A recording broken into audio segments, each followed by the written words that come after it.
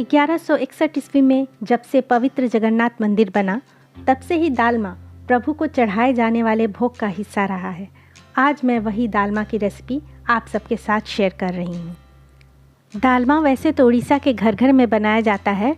मंदिर में बनने वाली दालमा में प्याज, टमाटर, आलू जैसी विदेशी सब्जियों का प्रयोग नहीं किया जाता है। तो चलिए बनाते हैं प्रभु का भोग दालमा। सबसे पहले हमें दाल को बॉईल करना है, जिसके लिए मैं पानी गर्म होने के लिए रख दूँगी। दालमा के लिए मैंने लिया है आधी कटोरी मूंग दाल, और मूंग दाल से थोड़ा सा ज़्यादा मैंने तुअर दाल लिया है। आप चाहे तो इसे पूरी तरह से तुअर दाल में भी बना सकते हैं।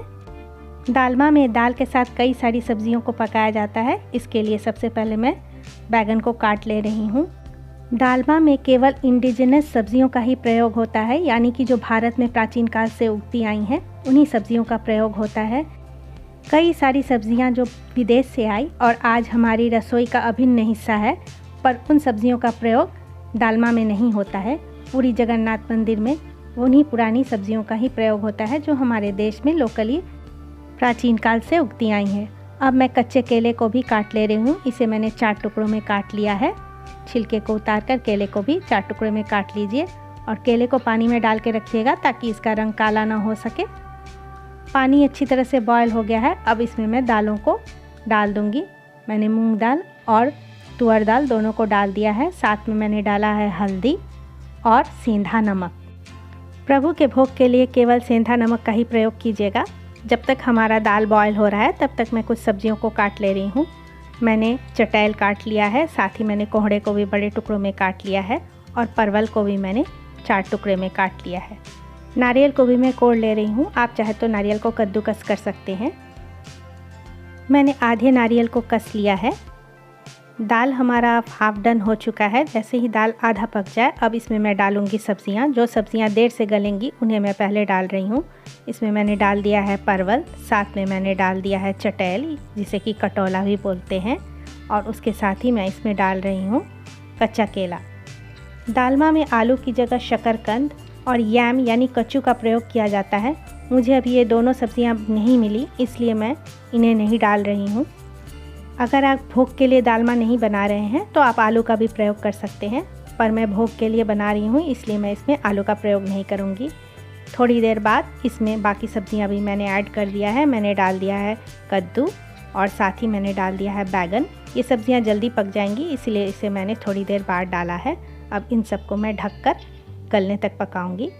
सब्जियों को थोड़े बड़े टुकड़ों में मैंने काटा है ताकि दाल के साथ ये बिल्कुल मिल ना जाए, थोड़ा सा इसमें बाइट रहे। अब इसमें मैंने मिला दिया है 1 तेज़पत्ता और साथ ही मैंने कद्दूकस किया हुआ नारियल इसमें मिला दिया है। तेज़पत्ता चाहे तो आप दाल पकाते वक्त भी डाल सकते हैं, मैंने इसे अभी डाला है। दाल को पकने में टोटल 10 से 15 मिनट लगा है। देखिए हमारा दाल बिल्कुल पककर तैयार है और सब्जियां भी अच्छी तरह से पक गई हैं। सब्जियों को डालने में टाइमिंग का अगर आप ध्यान रखें तो सब्जियां अच्छी तरह से पक जाएंगी। अब बनाऊंगी दालमा मसाला, जिसके लिए मैंने लिया है 3-4 लौंग, 1 चम्मच काली मिर्च, 2 बड़ी इलायची, 1 टुकड़ा दालचीनी, 1 चम्मच धनिया पाउडर, धनिया से थोड़ा ज़्यादा मैंने जीरा लिया है, और साथ ही मैंने लिया है मेथी। इन सबको भूनकर पीसकर पाउडर बना लेना है। इसे हम अपनी दाल में मिलाएंगे। साथ ही हम इसमें तड़का लगाएंगे। तड़का लगाने के लिए सबसे पहले मैंने ले लिया है 2 चम्मच घी। घी में मैं पहले डाल रही हूँ हींग। हींग का फ्लेवर इसमें बहुत ही ज़्यादा अच्छा लगता है। साथ ही मैंने डाल दिया है 1 चम्मच जीरा और कद्दूकस किया हुआ अदरक। आप पीस कर भी डाल सकते हैं। इन सबको 10 से 20 सेकंड तक भून लीजिए और इसका छौंक अब दाल में आप लगा दीजिए।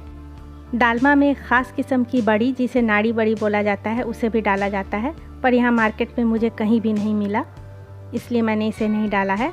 अब इसमें मैं डाल रही हूँ स्पेशल गरम मसाला मिक्स, जिसे हम दालमा मसाला भी बोलते हैं। इसका 2 चम्मच भर के मैंने दाल में मिला दिया है और बनके तैयार है प्रभु का भोग दालमा।